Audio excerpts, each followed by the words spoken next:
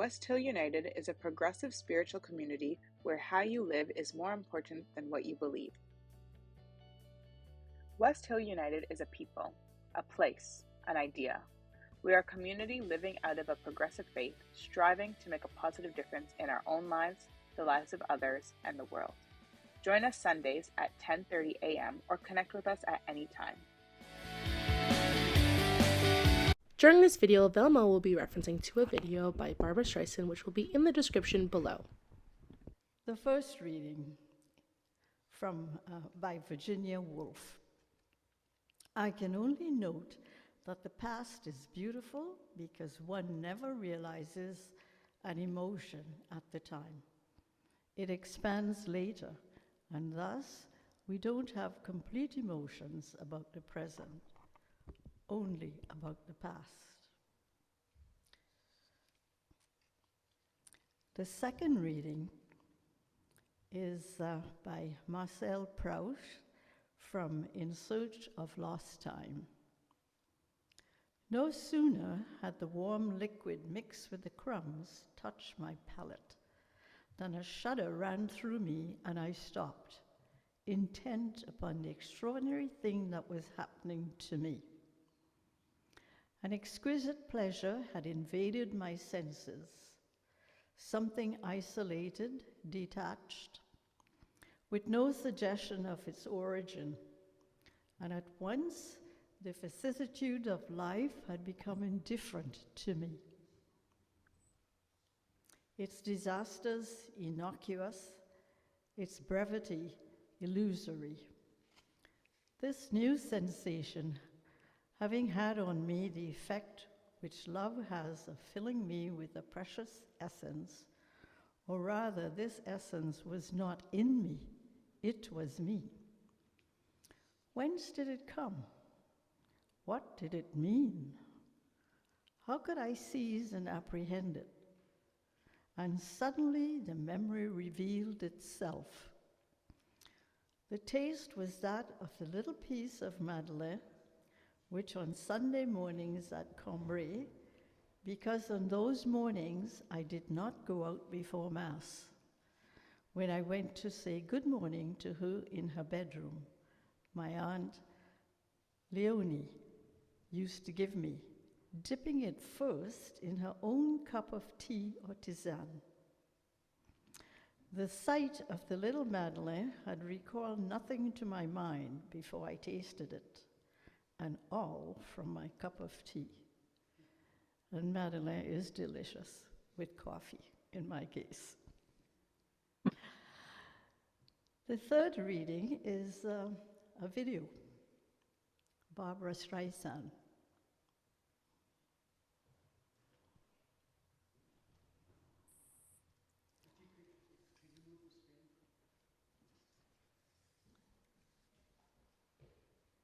No?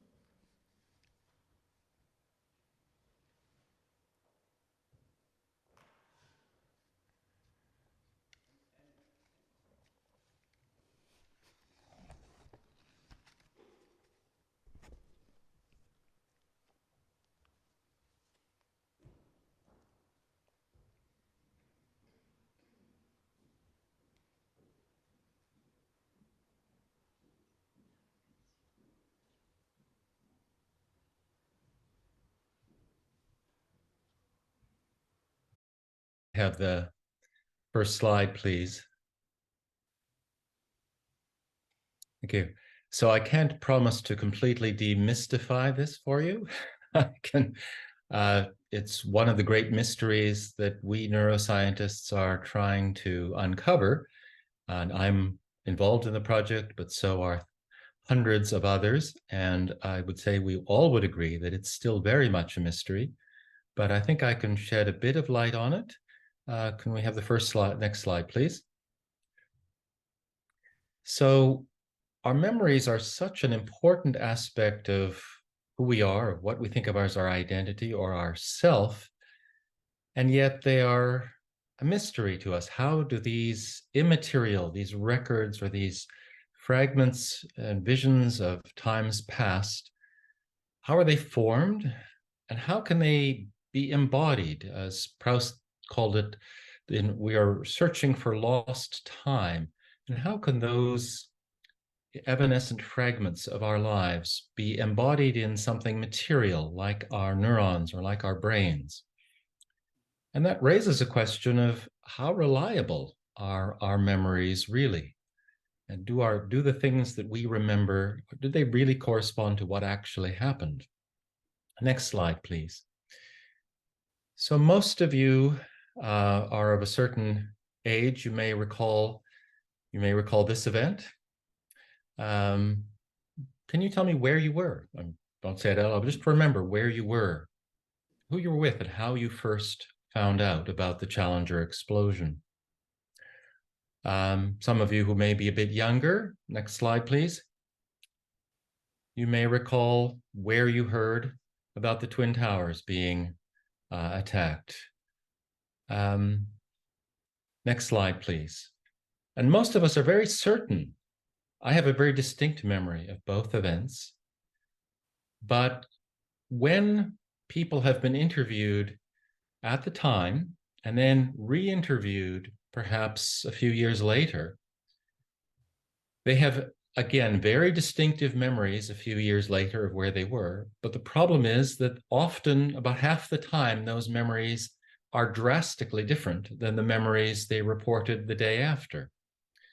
This has been done now numerous times. It seems incredible because we are so certain of our memories, but a number of a college professor, Ulrich Neisser, did this the first time right after the Challenger explosion with his first-year psychology class, and then caught up with those people again 2.5 years later and found out, had them write down the answers to the same questions and then compared them because he had the original answers.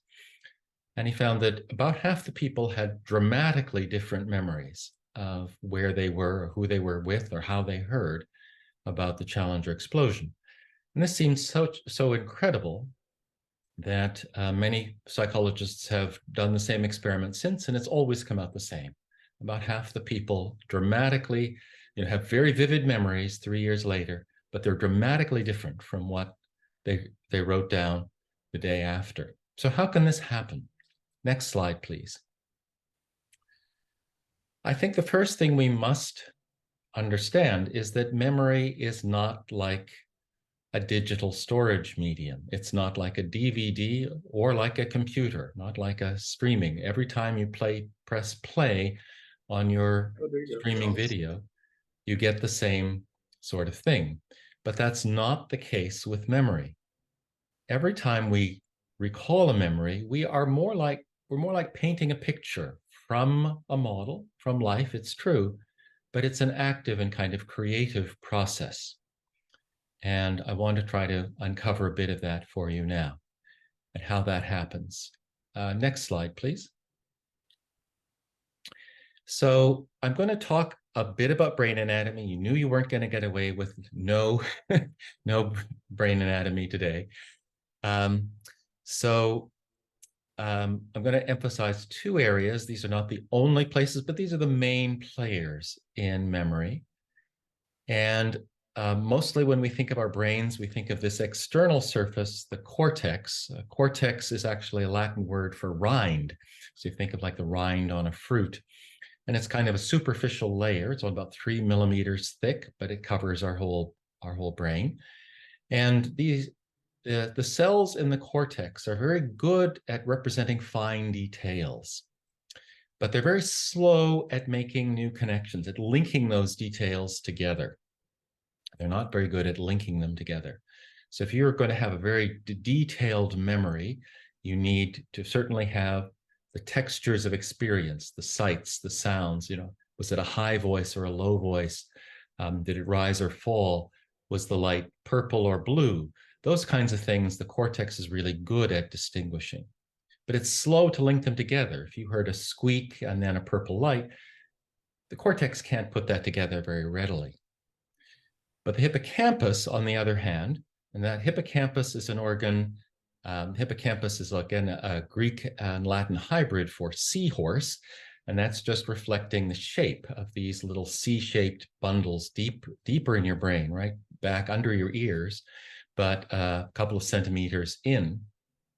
And they're very good at representing, you might call the gestalt, or the big picture, or the relationships among different components, but they're very poor at detail. And their physiology is such that they're very quick to make new connections. They're very excitable, and they're very quick to form new bridges between completely disparate aspects of experience. So that purple light and that squeaky sound, those can be put together very quickly in the hippocampus. Some of you who may know relatives with epilepsy may know that a lot of epilepsy starts in the hippocampus. Epileptic seizures start there, and that's because these cells are so excitable and so quick to make these new connections. So you need both of these to make a memory. So the cortical neurons are really good at details, and the hippocampal neurons are very good at putting disparate things together. Next slide, please. So how does a memory get started? How does it get elaborated? How does it get sort of burned in? And like ideas, our memories sort of grow, they're born and they grow and decay. Next slide, please.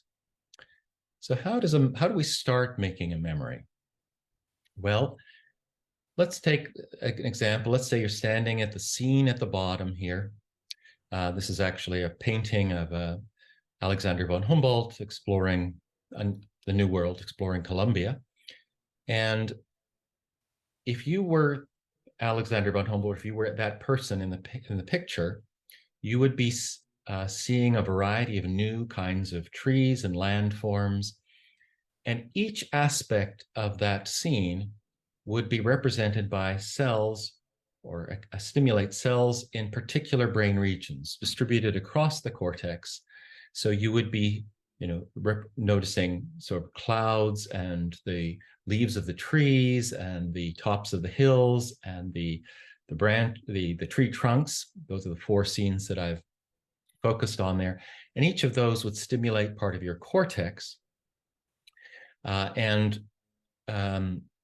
But the hippocampus would sort of be, the hippocampal neurons would be tracking relationships, that the tree trunk is to the right of the top of the hill, that the tree leaves are to the left of the top of the hill, and they are, that the detailed tree leaves are to the right of, the trees in the distance over to the left.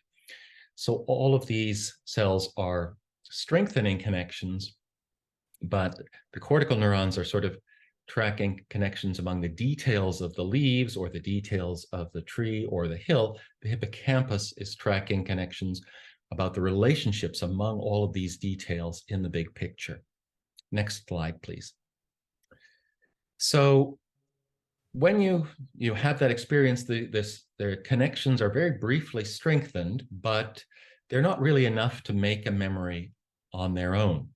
And there are several processes that strengthen the connections. And physically, we're talking about connections between brain cells, between neurons, that we call synapses, places where the neurons actually physically connect. And those link together the particular aspects of the experience, the sights and sounds and feelings that co-occurred during that experience.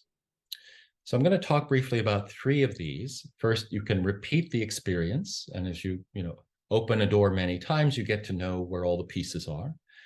Second will be rest or sleep, and third will be retelling, us telling the story about what happened. Next slide, please. So first, repeated experience. So you have a new apartment, you go open the door, you need to find, where the keyhole is, you need to find, does it open right or left? How's the handle work? And what room do you enter? All of these things, you won't remember the first time, but by the 3rd or 4th time you've done this, you know where everything is, you know where to put your keys on the mantle to the left, and you know that you're going to be entering the foyer and the kitchen is to the right. But these don't form necessarily distinct episodic memories, because each time you enter, you do more or less the same things, and so the entry episodes sort of blend into each other. You don't have distinct memories at each time you've entered that new apartment. Next slide, please. So if you want to form a distinct memory of a particular event, you need some sort of pause. And one of the characteristics, remember, of the hippocampal neurons is that they're very excitable and they tend to fire spontaneously on their own. If the rest of the brain is quiet and not giving them input, they will generate their own, their own excitation and activation, and that spontaneous activation will then communicate with the cortex and synchronize or form new connections between the specific aspects of that experience. So you need to, this happens when your brain is not busy with other things. So if you have an experience and then you immediately do something else, it's very hard to ever recall later the details of that event. But if you have an experience and then you get to either reflect on it or sleep on it, then you'll have much more distinct memory, which is why they tell students always to get a good night's sleep after studying before the exam. Next slide, please. And when you're sleeping, the neurons in the hippocampus are replaying the sequence of activations that they had during the experience, but they're replaying it sort of sped up, like about 7 to 10 times faster than it actually happened to you. And these the hippocampal cells are projecting to the cortex. They are then stimulating all the details of the experience that happened one after another, but they're stimulating them while you're sleeping. They're stimulating those same cells at just about the same time. So those cortical cells can start to make connections amongst themselves. And that happens, if you have a memorable experience, your hippocampus may replay it, dozens of times the next night. As you're sleeping, an experience that may have taken a few minutes will get fragments of that will get replayed dozens of times while you're sleeping that night. And each of those replays may take just a few seconds, or the fragments may take just a fraction of a second. Next slide, please. The third way that we can sort of consolidate or burn in a memory is when we re-experience it as we're recounting. And this is a pretty distinctively human way of making a memory. We don't think that other animals do, although we're not entirely sure that some very vocal animals may do something similar, but we don't think they do. But we certainly do. And as you retell people, you're reactivating those same cells as you tell people about your experience. But as you know, every time we tell an experience to especially an engaged audience, we're kind of selecting which aspects to highlight, and people really like certain aspects of the story, and they maybe are disliking or indifferent to other aspects of the story. And we kind of don't pay much attention to that, but of course, we are now making those cells that react to the audience reaction. We're activating them at the same time as the cells that represent the different fragments, the sights and sounds of the experience itself. And so the experience, the fragments that we more readily recall, are being linked to the reactions we're getting to from other people. And that forms a kind of new memory, or changes the memory because of the response we're getting from other people. Next slide, please. So when those are the three ways in which we can sort of burn in or consolidate a memory. And when we recall it on our own, then perhaps we go to the same place and we see maybe, let's say, the purple light, and that prompts some of our neurons that respond to that light to try to activate, to look for, to connect with other cells that may represent other aspects of experiences we've had with purple light. And if they're, it's a particular location, it's bringing together lots of neurons. But how do you distinguish the events that happened at a particular time from all the other associations you might have with a purple light? Well, there's a kind of negotiation that goes on between the different parts of your brain, trying to assemble the fragments that belong together in one experience and sort of winnow out the patterns that are associated with other experiences. And there's a kind of competition. And the truth doesn't always win.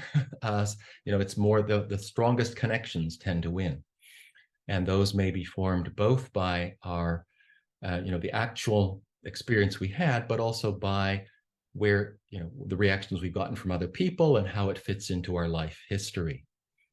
But this negotiation typically takes anywhere from a second to several seconds, average about a second and a half. And there's this active communication about typically on a scale of about 20 times per second between your hippocampal neurons, which are sort of represent, have the big picture, the overall gestalt, and the details that are recorded in different parts of your cortex. Next slide, please.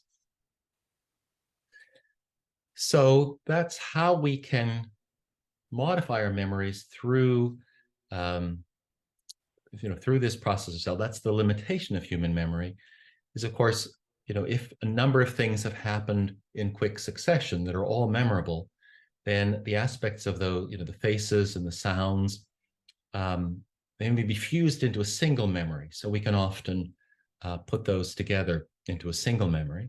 And of course, as you're telling a story and people are responding and suggesting, well, that reminds me of such and such, we can incorporate other people's suggestions into our own memories. And those of you who may have gotten together with old friends or maybe with your cousins to discuss something that happened, 30 or 40 years ago, you may have found that, they have very different memories than you do, or maybe some things that you remember are things that they say happened to them. It's happened to me several times, and I think it's happened to many people. And of course, you adapt the story to the themes that get a good response from your audience. Next slide, please. So I think this research has some moral lessons. And, we've talked about, what can we do to make the world a better place and to, spread understanding. And I think, we should, I draw two lessons from this. One is we should not be so certain about what we think happened.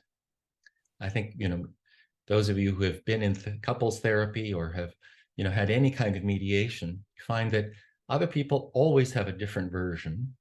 And sometimes their version has some truth. It's not always the whole truth, but each of us sometimes has a fragmentary truth about what really happened.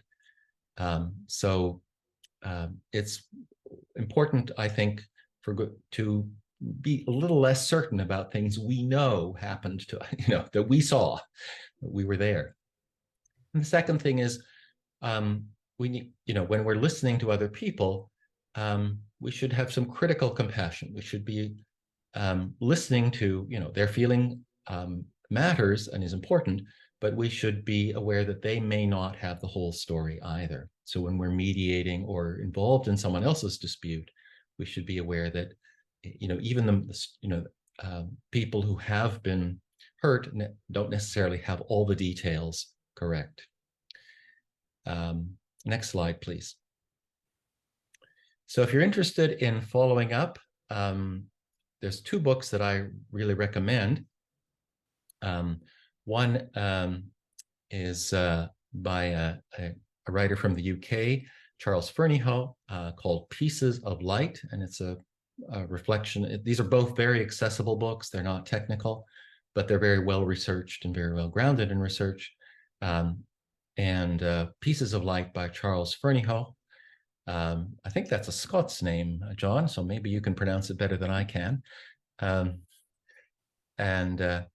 The second is by an American author who was for a while the chair of psychology at Harvard. It's called The Seven Sins of Memory. And that's about the ways in which we can distort memory. And For those of you who are real keeners, I'm hoping to start a Patreon channel on brain science quite soon, and I'll be having a lot of details about memory formation and loss.